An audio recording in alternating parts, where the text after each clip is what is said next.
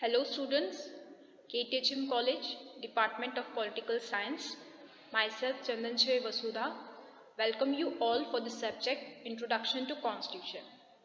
In the previous lecture, we have learned about the socialist and secular terms in the preamble. Now we will go further and we will learn about the democratic, social and economic aspect which is given in our preamble.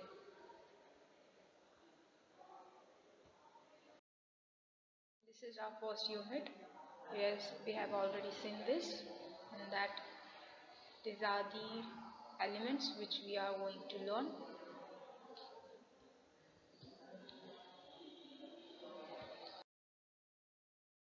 So we will move further.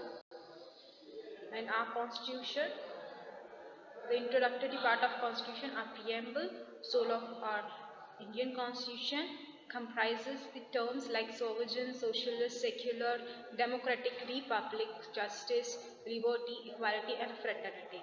In that we are going to learn about the democratic, the social and economic aspect of democracy.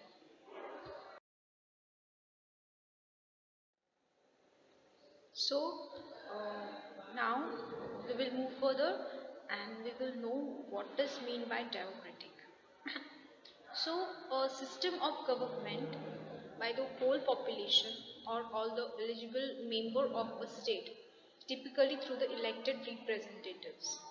So a, a democratic polity as stipulated in preamble is based on the doctrine of popular sovereignty, that is possession of supreme power by the people.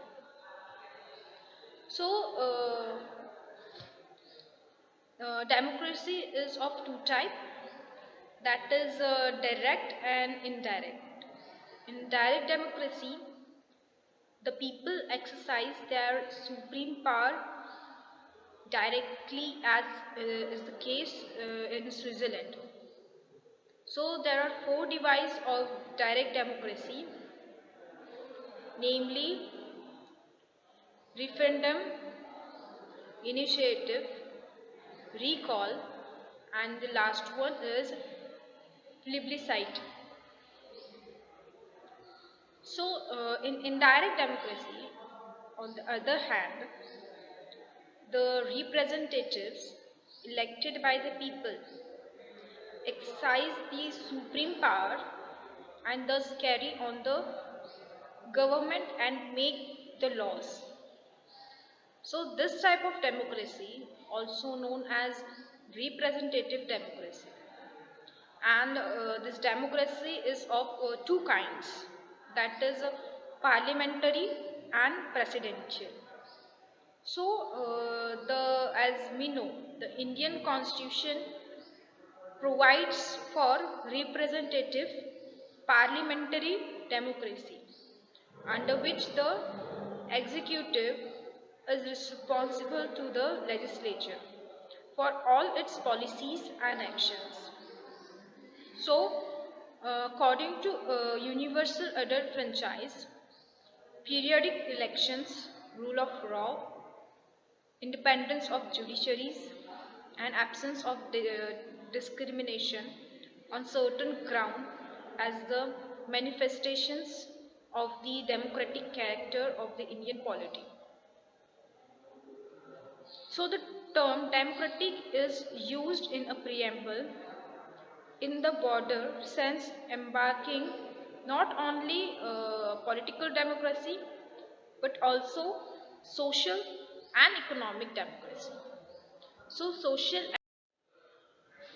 so as we have learned about the democratic, so the term democratic indicates that the constitution has established a form of government that gets its authority from the will of people expressed in an election. So the preamble resolved India to be a democratic country. That means the supreme power lies with the people.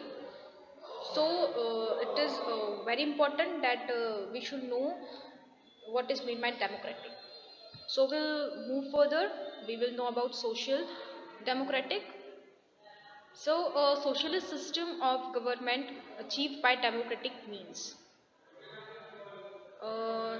Socialist democracy is a government system that has similar value to socialism, but within a capitalist framework.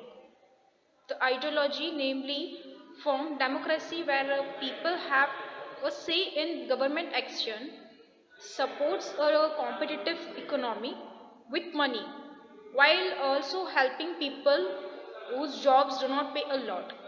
This makes it easier for the people to support themselves in society by having more protection if they lose their employment. So, socialism places and emphasizes on equal rights for everyone, and there is plenty of government ownership of regulation of various industries that makes companies play by government's rule.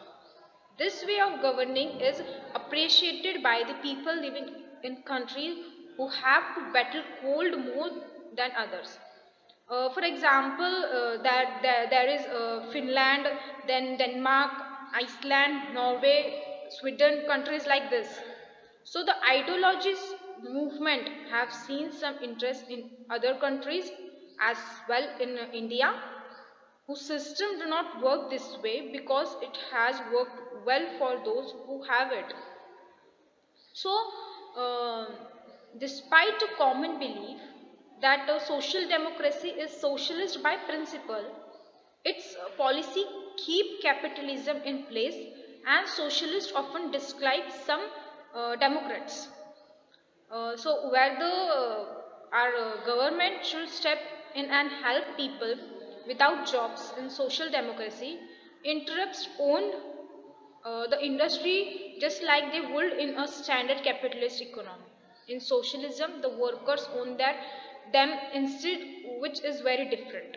So, this is some examples about the socialist democracy. What actually for what it works for a society as a whole. Okay. After that, the economic democratic. So, economic democracy is a socio-economic philosophy that purpose to shift decision making from corporate managers and corporate stakeholders. So, uh, to a large group of a public stakeholder that includes like we will say workers, after that customers, suppliers, neighbors, and the broader public. So, as we will say, there is no single definition or approach that encompasses the economic democracy. But most prominent claim that modern property relation externalized cost subordinates the general well-being to private profit and deny the polity or democratic voice in economic policy decision. In addition to this moral concern, economic democracy makes practical claims such as that it can compensate for capitalism inherent effective demand gap. So, as a prominent of economic democracy, generally the typical creates artificial scarcities, and economic democracy has been proposed as a competent of large socio-economic ideology and it stands alone. For example, as a means of securing full economic right, it opens a path to full political rights, defined as included for the formers. Both market and non-market theories of economic democracy has been proposed.